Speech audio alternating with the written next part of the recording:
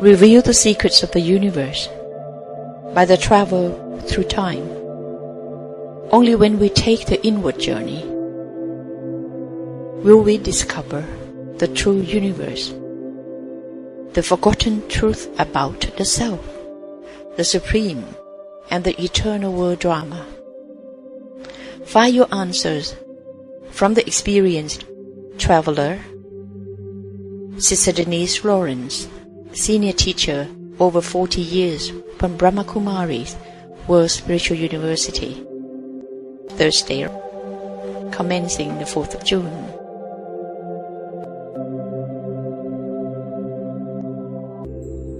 We welcome you, the seekers, to travel through time from the ancient wisdom to the modern way of living.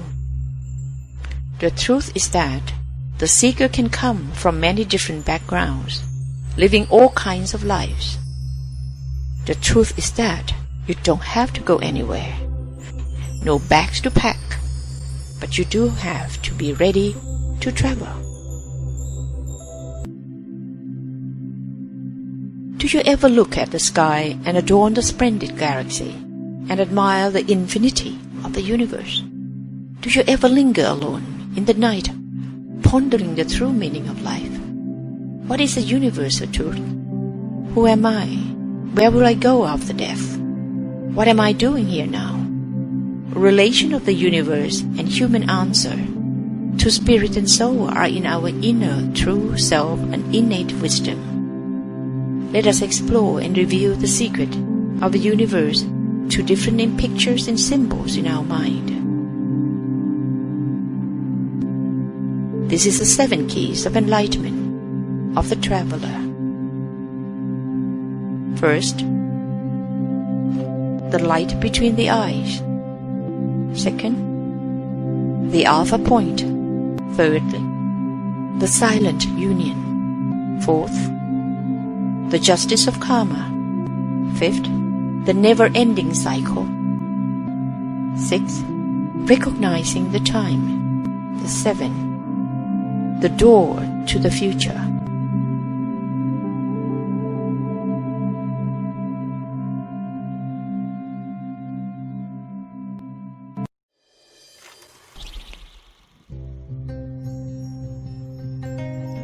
In the darkness and chaos of this world, where do I find the guiding light?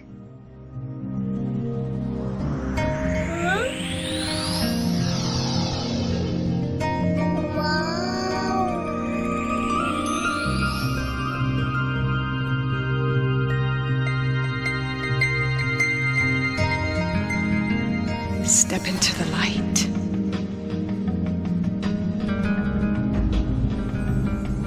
Fill yourself with might.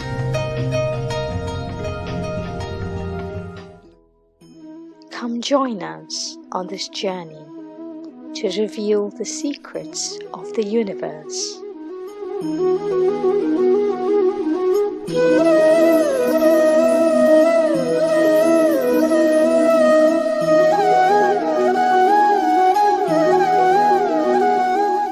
Accompanied by Sister Denise from the UK and Sister La from Thailand.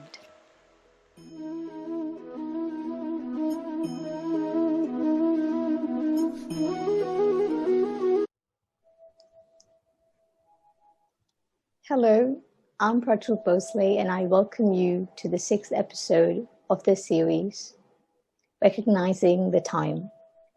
The year 2020 has brought drastic changes and challenges to humanity. We are surrounded by extreme uncertainties. Even with such tremendous flow of information on social media platforms, we are unaware and uninformed of what will happen next. Uncertainty and sorrow are at their peaks. In such a time, it becomes essential to recognize where we are at the present and where we are headed. This is the time when people are looking forward to a better and a new normal. Awakening to a new way of thinking, being, and living. Today, in this session, we are going to recognize the newness that we all need and understand how to awaken our better future.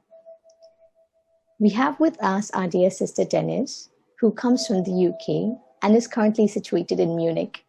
Sister Denise, thank you so much for joining on this 6th episode. We also have another wise soul with us, Sister La, from the other side of the world, Thailand, who will be joining us in the question answer session as well. Now I'll be handing over to Sister La.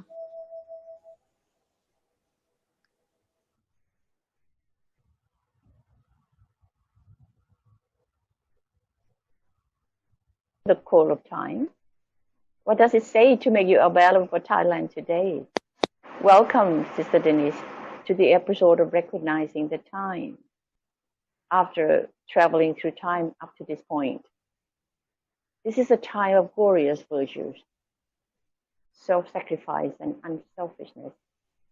I think they have already known or have already have the answer why you are here.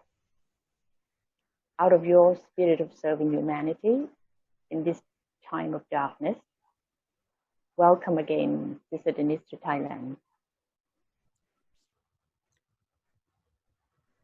Thank you so much, Sister La, and it is my great pleasure to receive your kind invitation to share about the secrets of the universe, because it is so deep and so mysterious, but yet we have been fortunate to receive some insight into what is happening. And as Sister Prajwa was saying, there is absolute uncertainty, and 2020, the year of COVID-19, the year of Black Lives Matter, the year of a lot of people who are internally displaced within their countries due to war, largest number of refugees since the Second World War, yet we are supposed to be in peacetime, but there are maybe about 30 wars going on, which we only sometimes hear about in the media.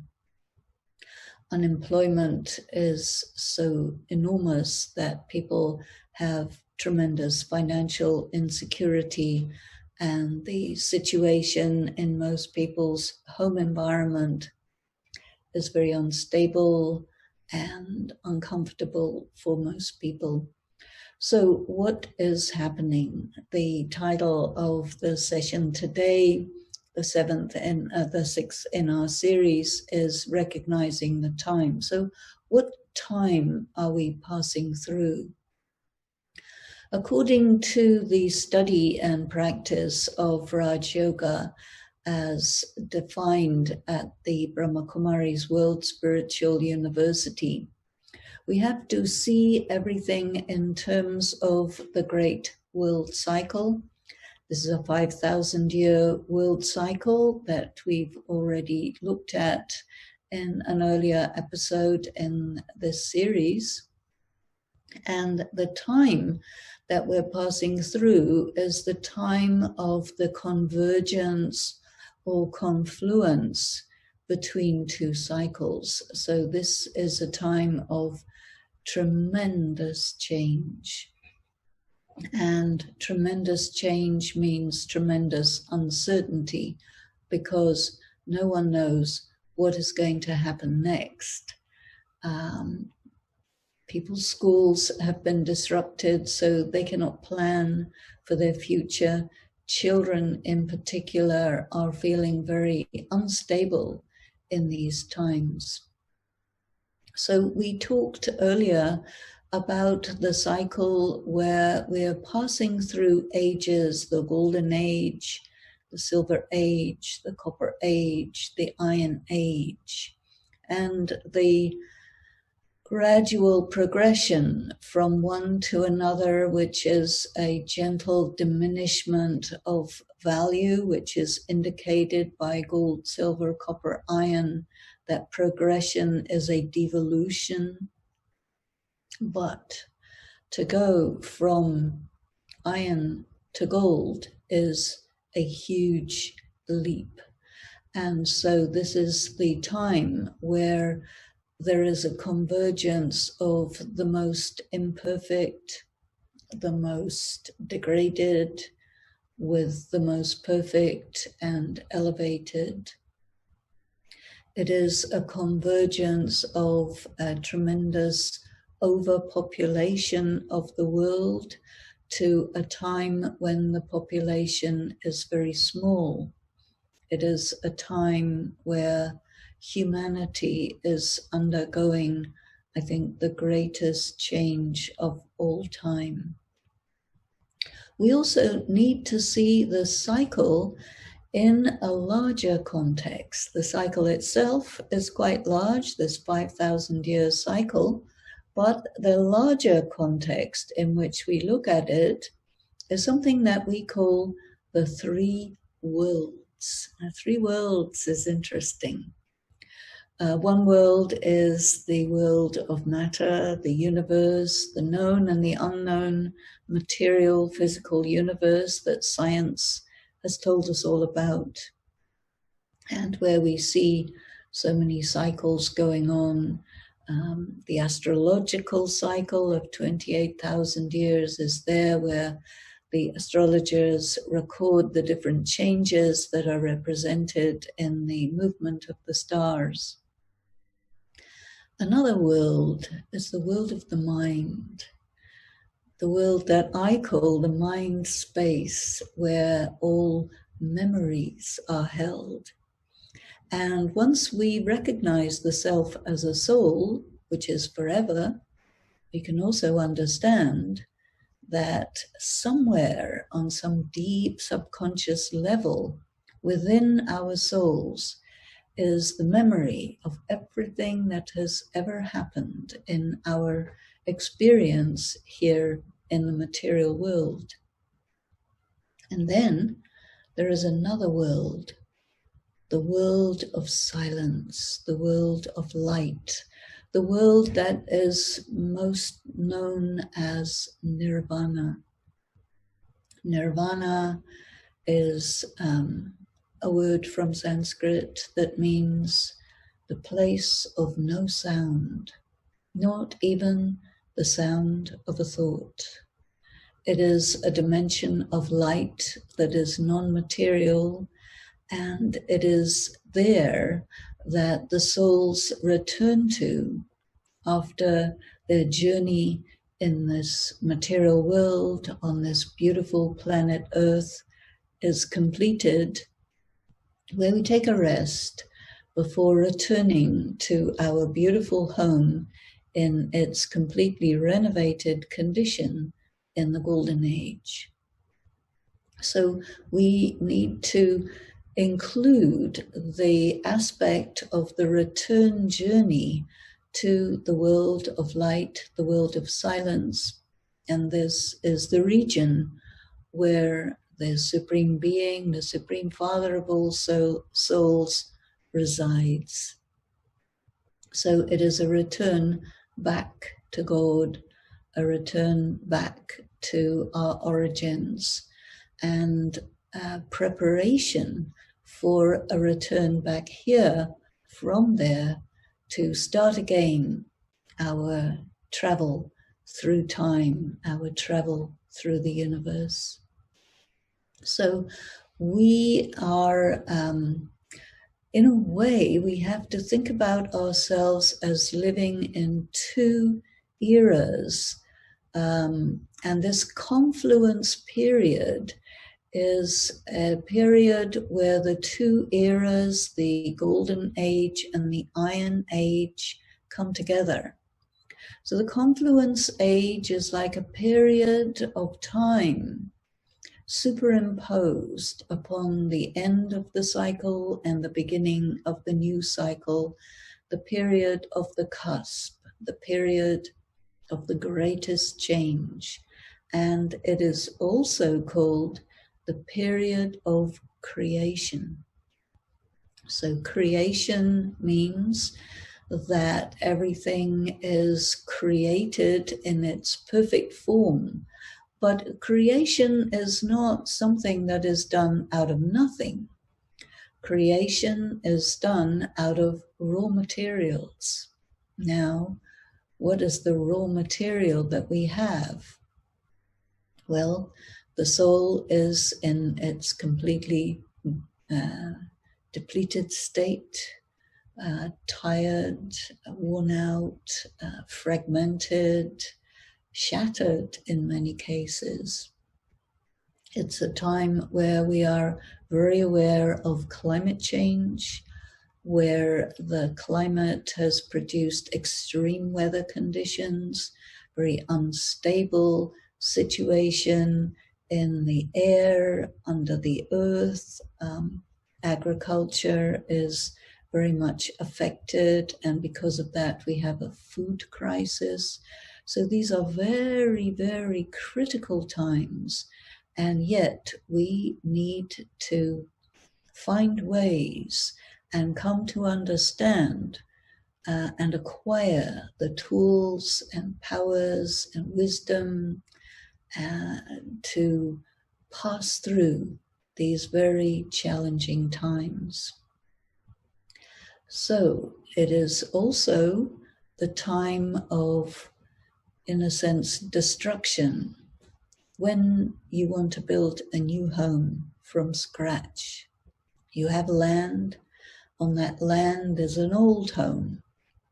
And in traditional societies, there are ancestral lands where the community lives, the tribe lives, and every so often the building that houses us is so old that it needs to be razed to the ground, and everything has to be started again. So in a way, we are facing times where the whole world is being razed to the ground so that we can build it up again brand new. And what do you do when your old house is razed to the ground? Well, you go to the side and you let it get finished, and then you start redoing everything from the ground up, and everything from the deepest part of the house has to be restored. So take this analogy and put it for the whole world. It's like we are at a time where civilization as we know it is collapsing. The infrastructures are collapsing. And because of this collapse, we are experiencing so many difficulties. Now, if we think everything is going to collapse and then what? We don't have enough information. The new information that is coming through is simply this, that the collapse is there just as an instrument to enable us to rebuild, and rebuild in the most beautiful, the most practical way, taking advantage of all the advances in science, and in terms of community building, taking advantage of all the spiritual knowledge that is needed to create a community of people who are loving, harmonious, see each other as souls, see the heart of each one, and the community becomes a beautiful experience for a very, very long time into the coming cycle.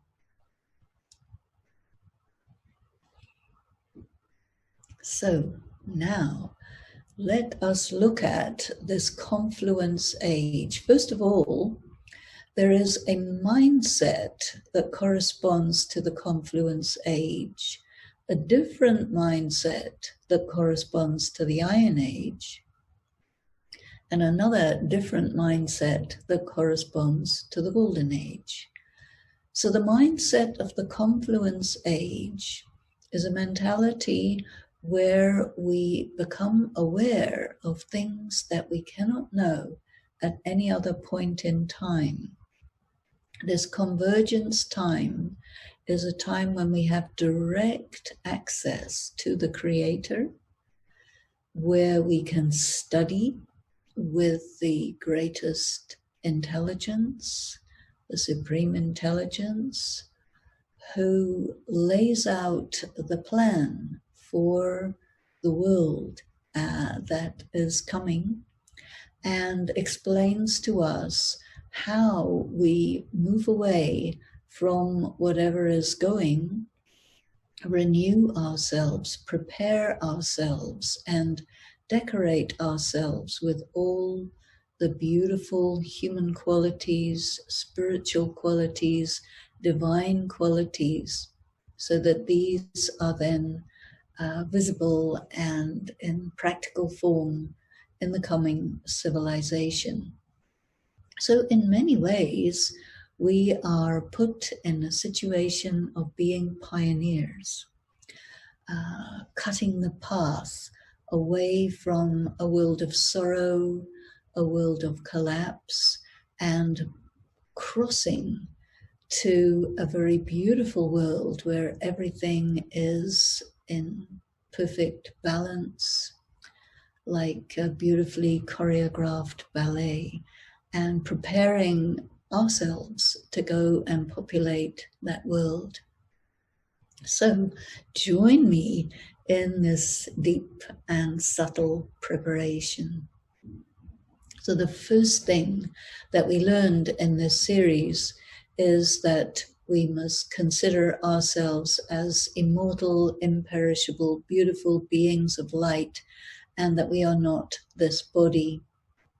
We also learned that we pass through many bodies, and we pass through the whole process of time, from the golden, through the silver, through the copper, through the Iron Age. And now we see the world of the Iron Age is gradually fading, and the dawn of the Golden Age is appearing on the horizon, that glow, and it is the great hope for humanity. And who presides over all this is the Supreme Being, the great intelligence, the great teacher. So that means that we position ourselves as students. So we're living two lives. On one hand, we have our regular, normal life in the world. We have our families, we have work, we have our community, and we participate fully in that. Then on another dimension, we are practicing to be soul conscious.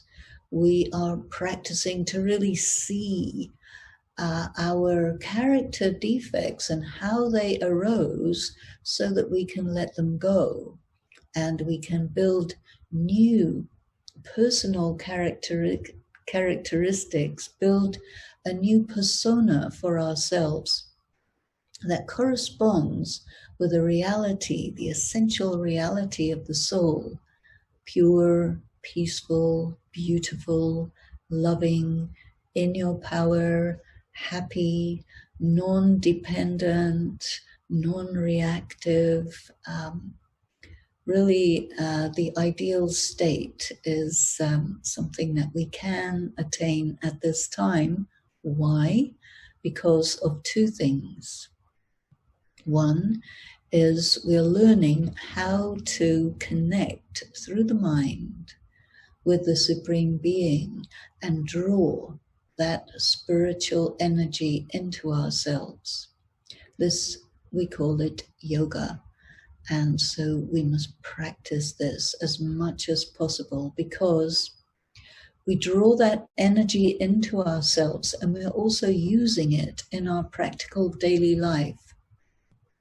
That energy takes the form of powers that we use to handle challenges that maybe other people who do not have that power, who are depleted, find very difficult to manage.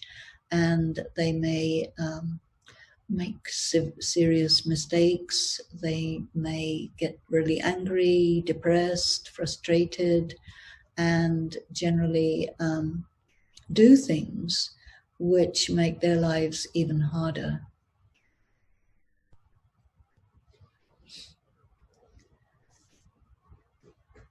This power that is drawn is like light. It's a kind of electricity.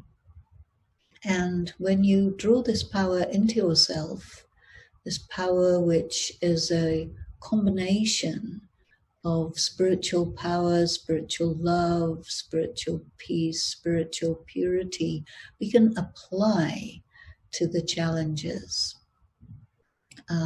Instead of being reactive, it gives us the power to be proactive. But together with the power, we also need to apply the information that we're studying. And this is effectively the deep philosophy of karma.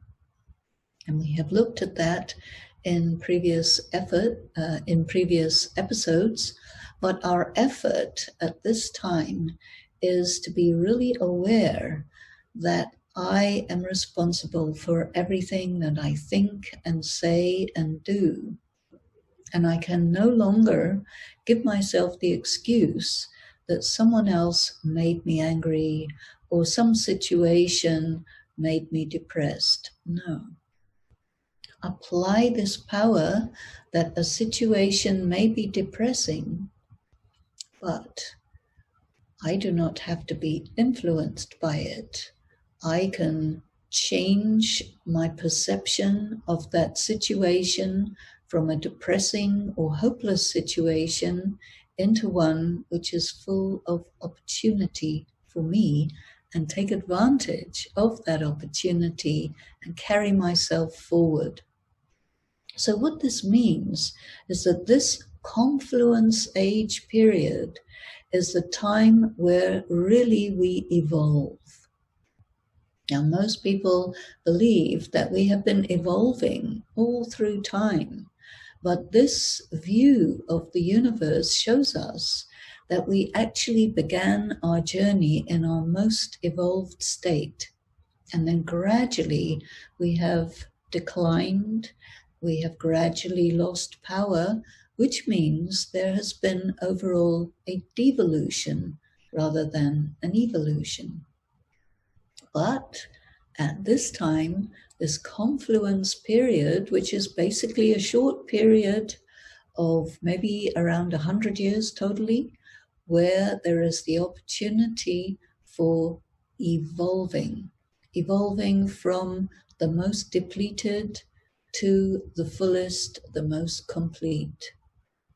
Evolving from really not knowing what's going on to having a very clear idea about the meaning of life, about who we are, what we're here for, and so that we can live in the fullest way all relationships with the Supreme Being and become non-dependent people, full of love and all kinds of powers that we can share with others. Powers, virtues, qualities, these are our treasures.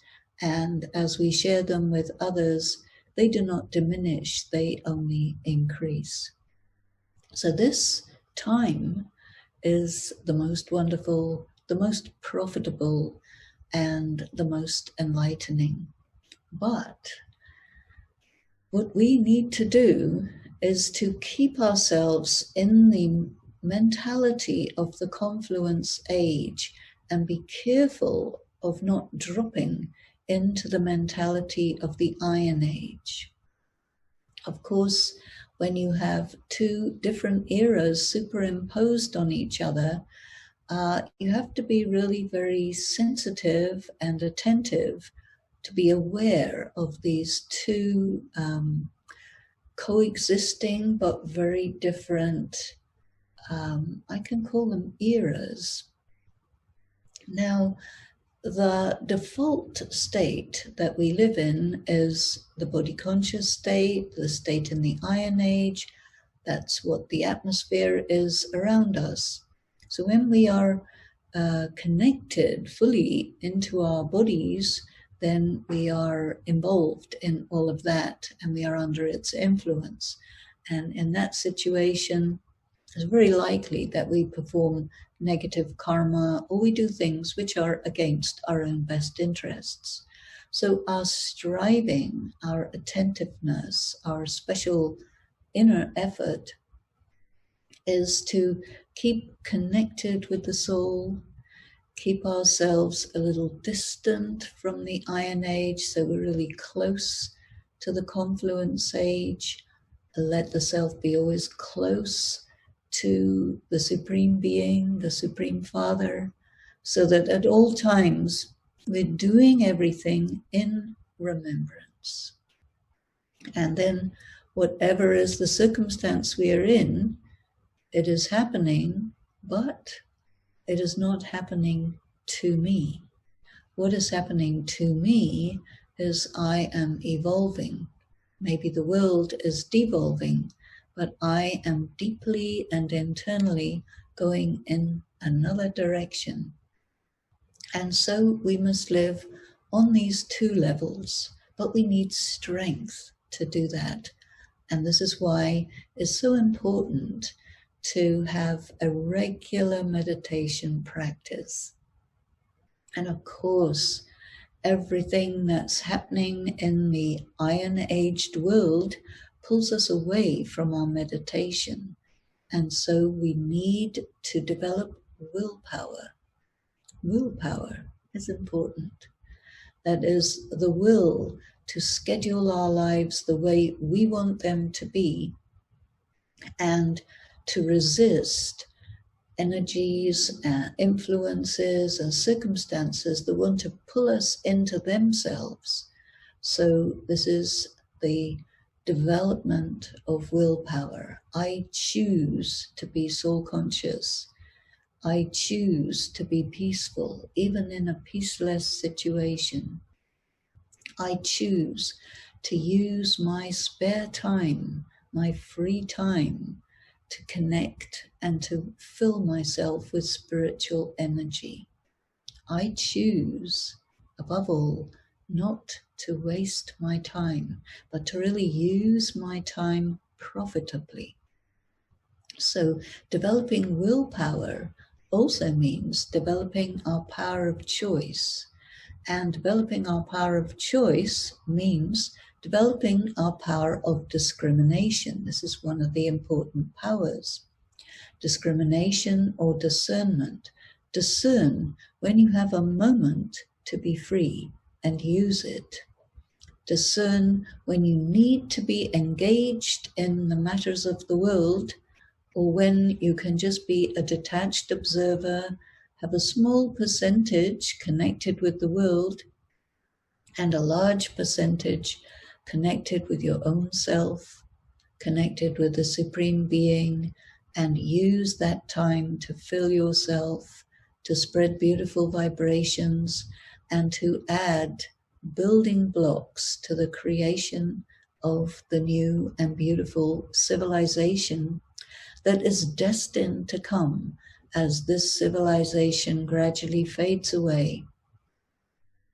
Before we leave this world and before we go to the new world, we need to think about the return journey.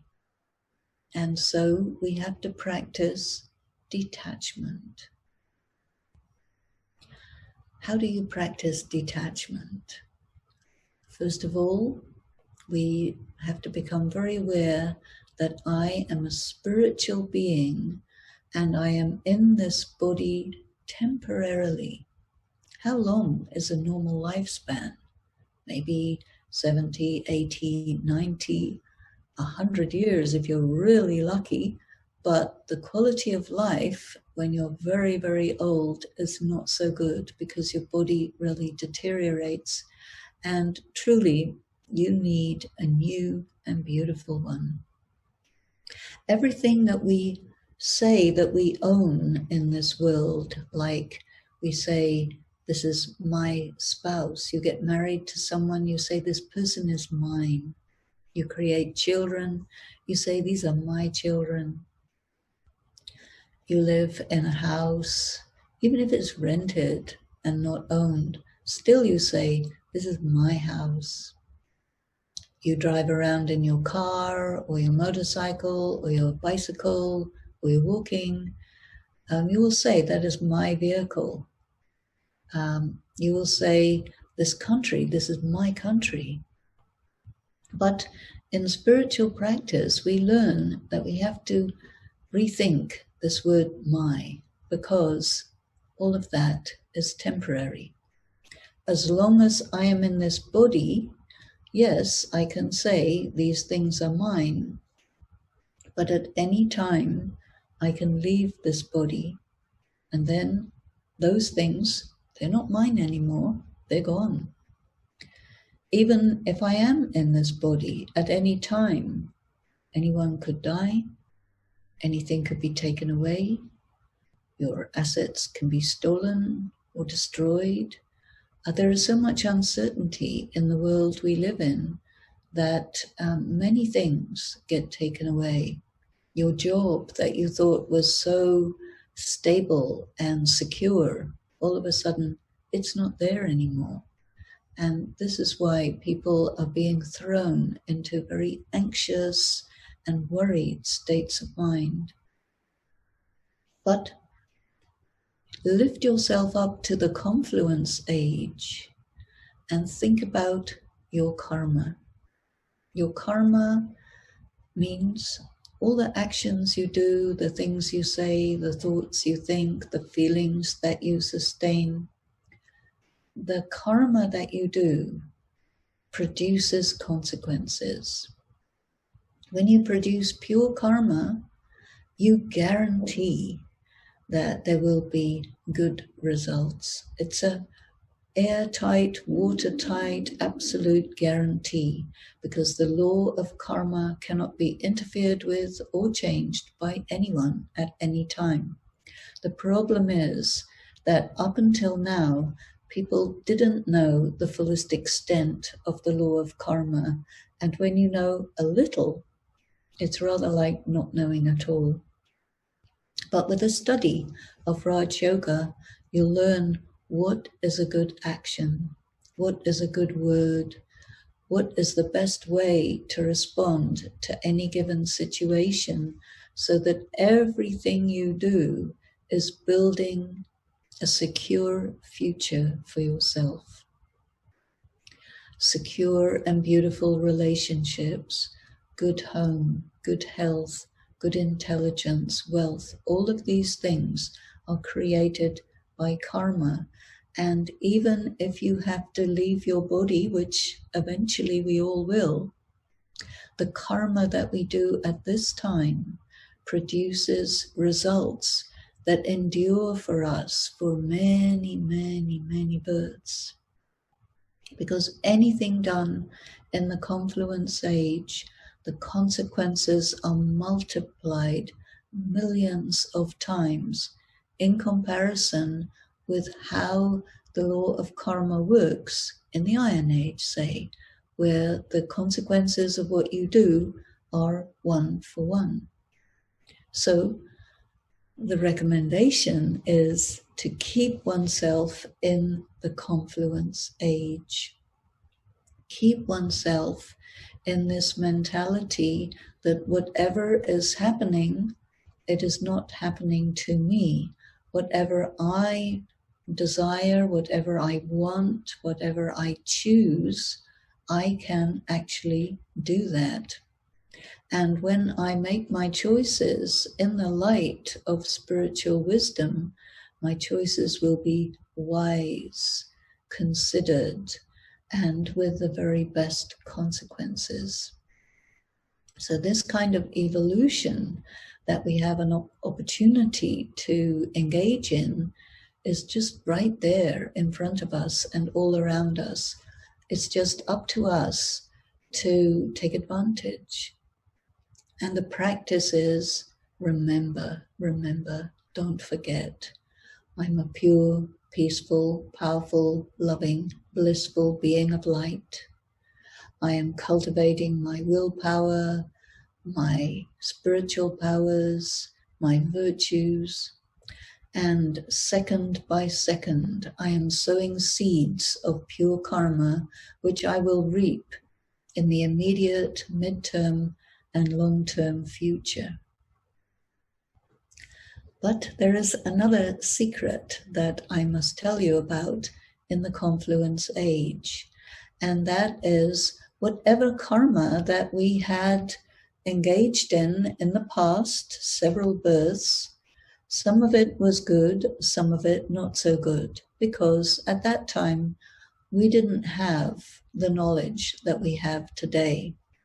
And so many things that we did done in ignorance were negative, and because the laws of karma are inexorable, sooner or later we have to settle our account of debt. And so the confluence age is the time when we finish all the outstanding karmic debts. What does that mean in practice? Each of us experience in our lives, there are many challenges. We have problems with some of our relationships. We may have anxiety about money and security. Some of us may have health problems, and we need strength to handle all of these things. These challenges that I've just mentioned are actually settlement of karma. And settlement of karma, when we don't have any power, is very difficult. We suffer, we experience a lot of hardship, and we may feel that we can't make it. And in the confluence age, as well as performing pure karma, we also are drawing energy from the Supreme Power, and we are applying that energy as ways to handle the settlement of karma with the least amount of hardship and suffering. When you have the power to endure pain, you don't suffer.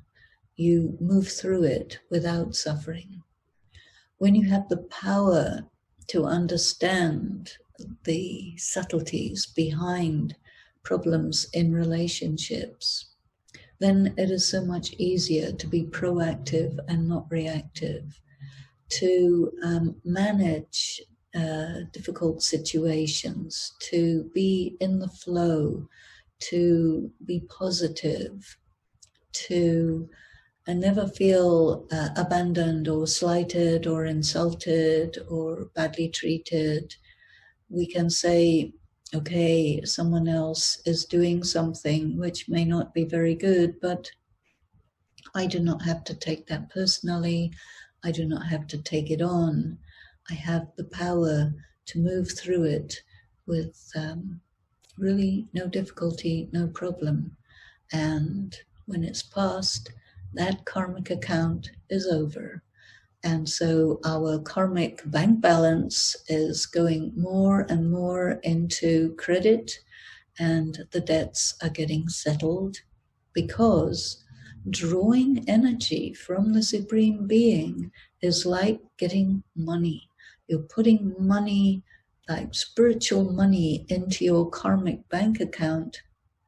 And whenever any debt comes up, you have plenty of money in terms of personal power to manage it and settle it, and it really is not a problem. So the important thing is to see, okay, how much of this spiritual money do I need? Well, a lot. Partly I need a lot of money to pay my debts, and partly I need a lot of money to create my future.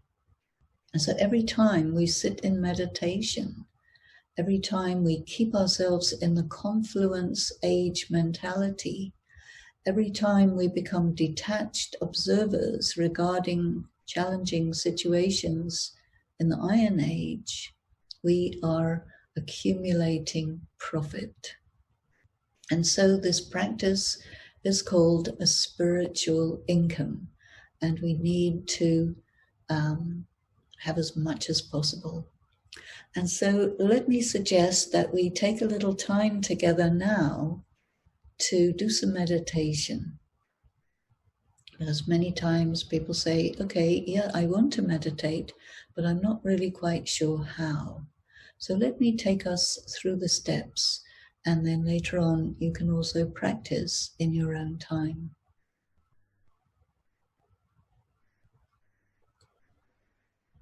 So first of all, let yourself become calm and quiet. Let yourself be seated comfortably, balanced. Your breathing is stable and steady. And you can begin to focus your sense of self internally. Go within.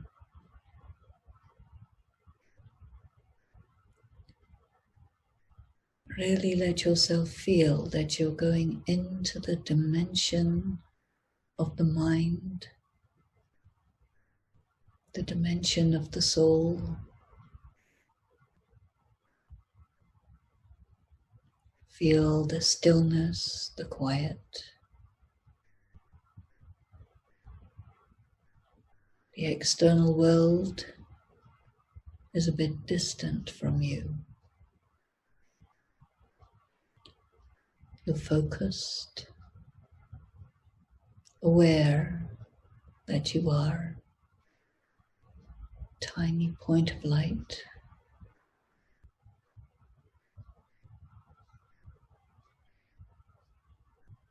The whole of your being is contained in that point.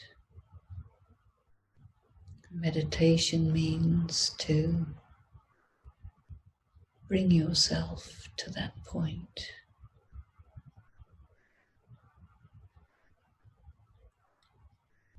From the state of being expanded and out there in the world,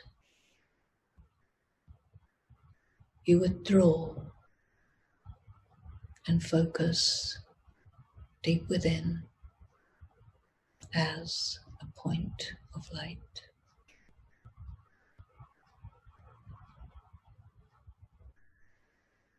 This focus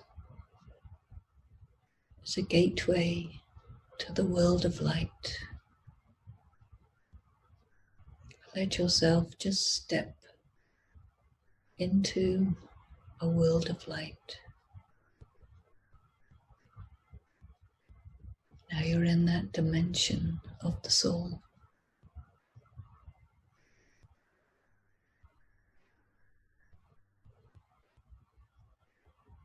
You're focused, very aware. I am a pure, peaceful, beautiful, loving, powerful being of light. And I have stepped into my home, the world of light.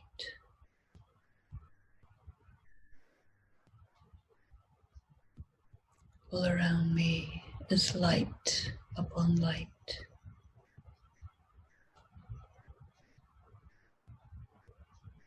Still and silent.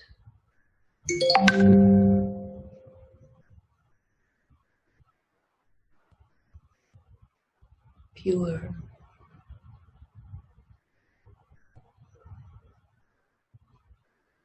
Beautiful.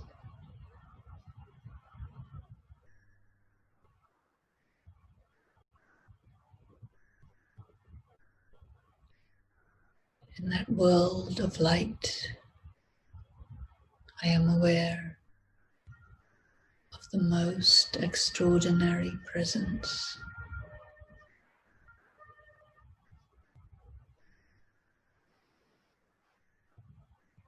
The Supreme Being, the light.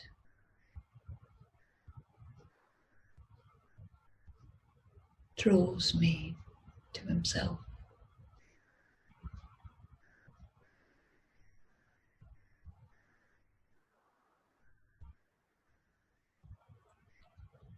I move close into that light, and I am surrounded in an ocean of love.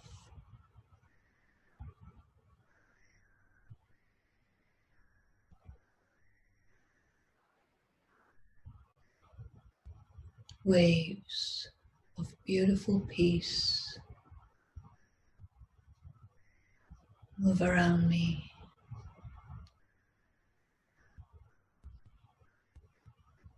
I feel the energy, the power entering into me, filling every corner of my being.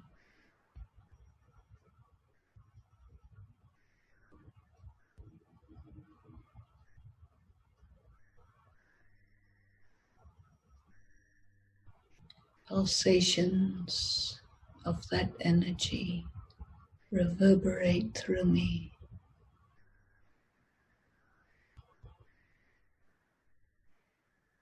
as if I am a conduit.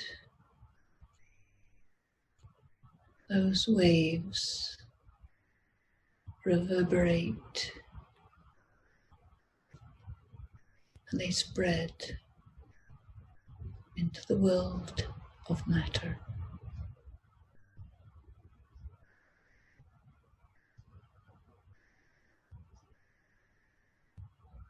I feel myself so bright, still, completely full,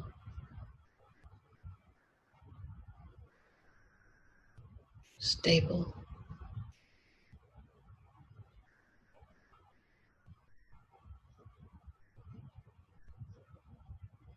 That energy passing into me and passing through me, surrounding the material world. I am a conduit for that.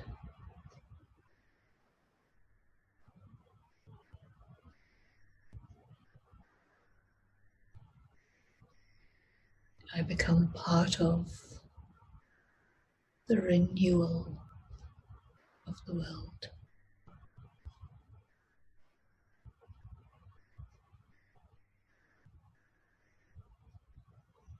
And gently let yourself return back, reconnect with your body. We're again in the physical world, playing our roles through these bodies, and feel that you're re-energized, and try to hold that. Don't let it fall away too quickly. Try to hold it and accumulate it, because this is the key practice. Om Shanti. Om Shanti, sister. It was so nice the way you explained about the importance of the confluence age, that this is a precious time when we can be aware, we have the knowledge, we can be aware of our true soul conscious stage, our true self, and connect to the Supreme Soul, our Supreme Father, and charge ourselves 100% by connecting to the source of all powers. Sister, you mentioned something about detachment, detaching yourself from this old world and relations. But there comes an example in mind. For example, there's a father who has to care for a family, and as much as he wants to detach, there's a lot of concerns that maybe of the daughter's future, mother's health is not well, career is at stake. And at this time, how do we see detachment?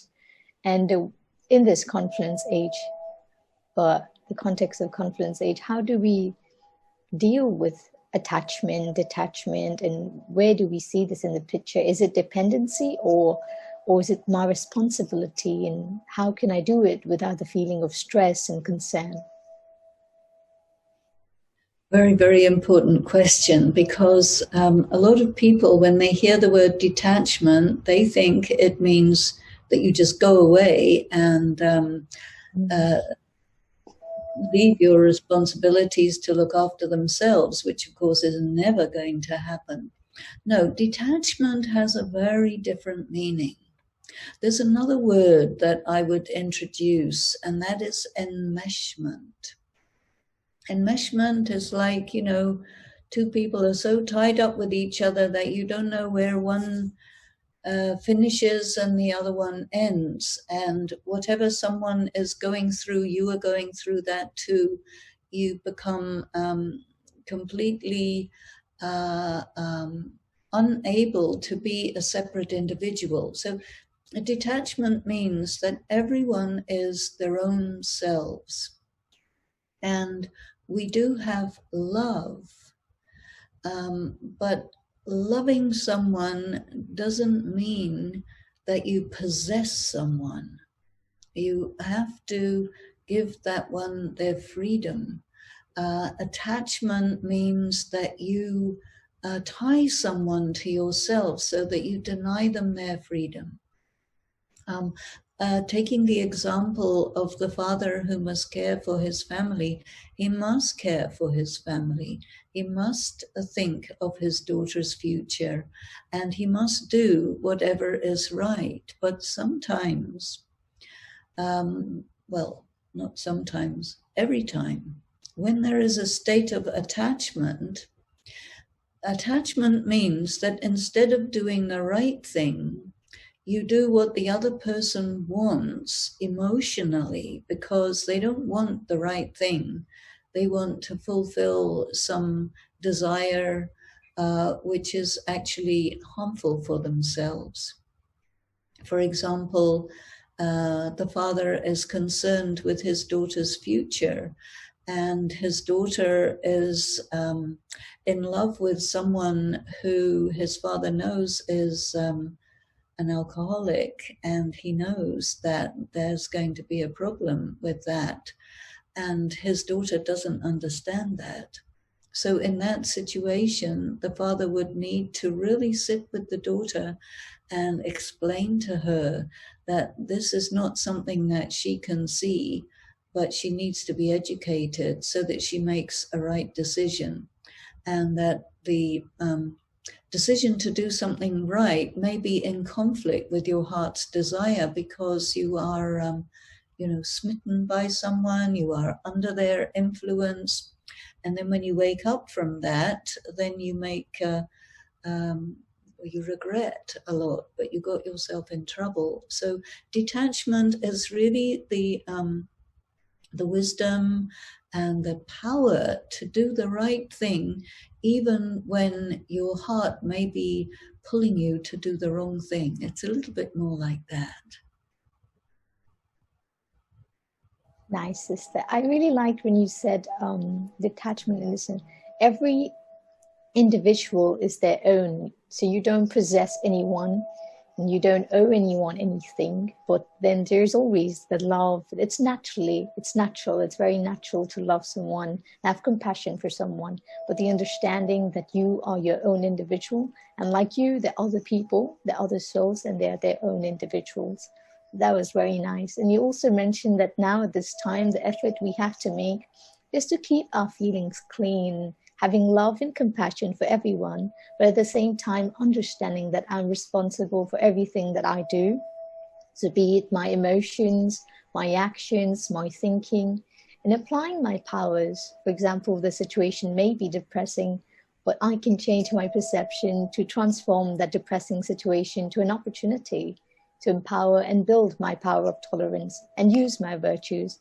And as you said, when you use our powers, they only multiply and keep on increasing. But sister, there's certain times when we ourselves fall apart. For example, we aren't expecting something. We are normal at the moment, in the present time, but then something happens and we're shattered and we react, and there's a lot of drainage of energy. You go down in this emotional spiral. So how do you get yourself out? How do you regain back your powers and get back to that stage? Or how do you prevent yourself from even going into that situation? No matter what happens, I need to feel great no matter what. Even if something I'm not expecting, how do we do that? Well, obviously, we do all fall into all kinds of traps, but you have the information and you have power. So even if you fall into a trap, at any moment you can get yourself out, because you don't have to fall all the way. As soon as you become aware that you're feeling really in a different headspace, or even that you're going crazy or something like that, you can say to yourself, okay, that's all right. And now let me remember who I am. And immediately when you have a thought like that, this very powerful feeling of going crazy gets really small, and you're back in your power, and you realize that it's like a paper tiger, something like this. And the more we study, the more we practice, the more we get into really difficult situations, the more we become experienced. Because just theoretically knowing these things is really not enough. We must get ourselves into all kinds of scrapes and bad situations and so on, so that we can assess ourselves afterwards. We can learn from the experience. We can become wiser. And we should never fall into feelings of guilt, or, oh, I did this and this is bad and I did bad karma. No, forget that.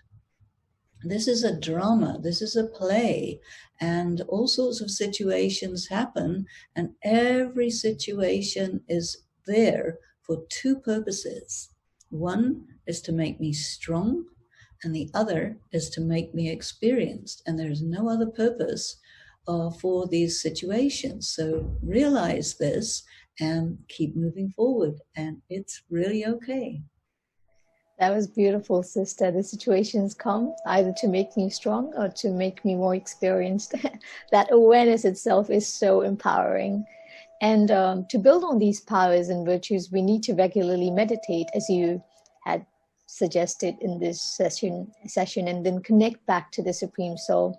We need to keep ourselves into the mentality of the confluence age, use our free time to connect and fill ourselves with the spiritual energy, because it is now, and this is the way to settle our karmic debts and also accumulate a fortune, our spiritual income.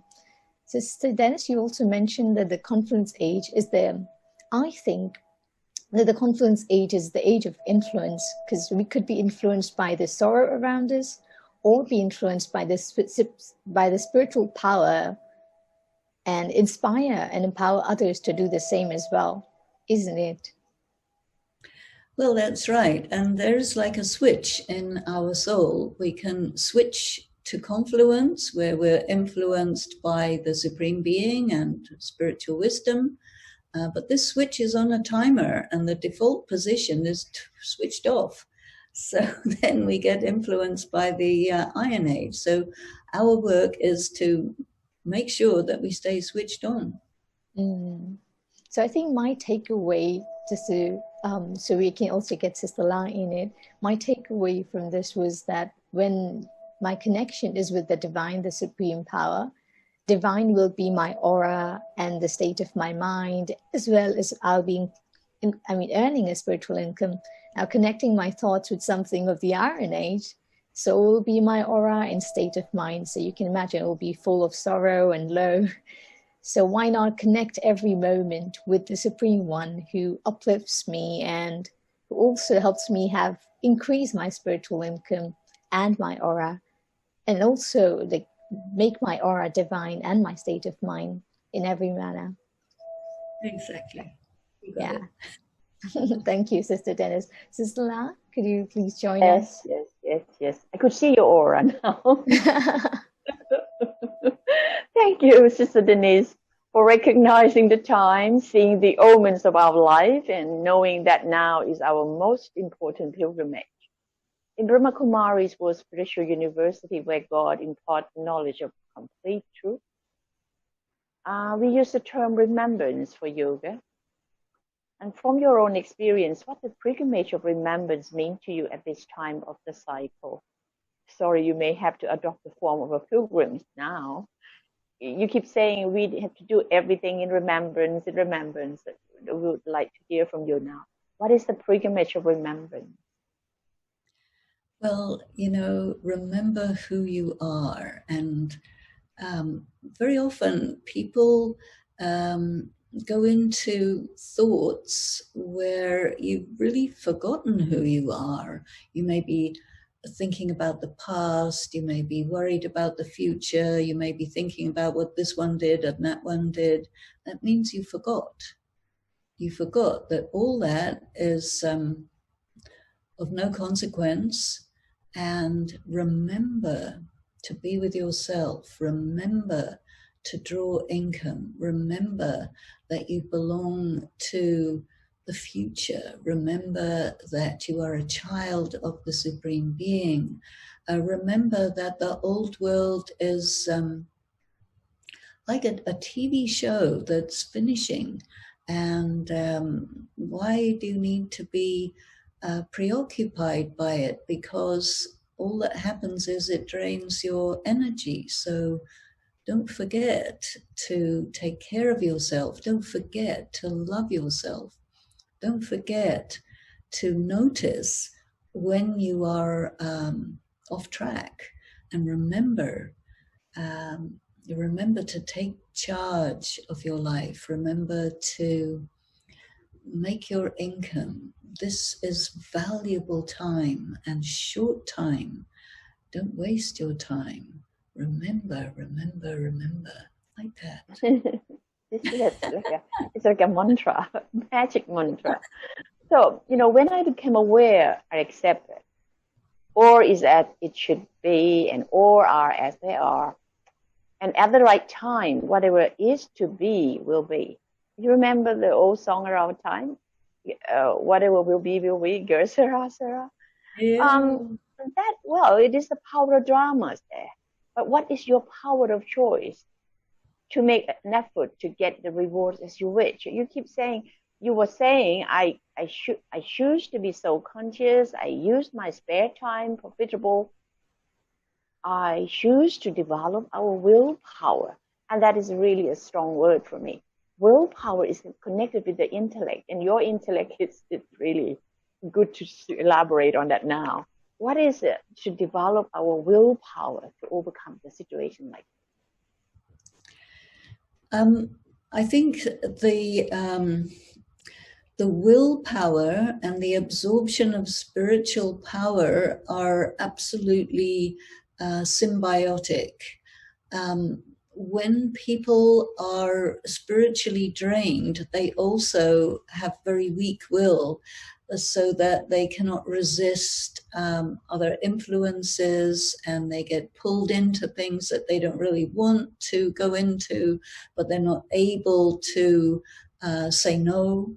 They're not able to exercise their power of choice because their will is lacking. But when you are giving real proper time and attention to being soul conscious, to remember to be on the confluence age, to be in communication and communion with the Supreme Being, talk to that one.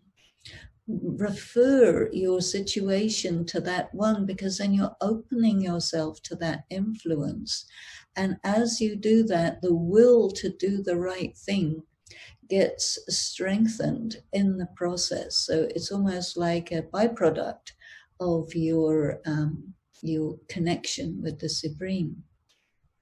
And it's the other thing I would like to say is all these situations depend on your perception, because you know, we experience the world through our sense organs, usually hearing and seeing is the main thing. But the place where we experience it is in our mind. We don't experience it out there where it's happening. Our experience is inside. The experience is inside the soul, which means it's under my control.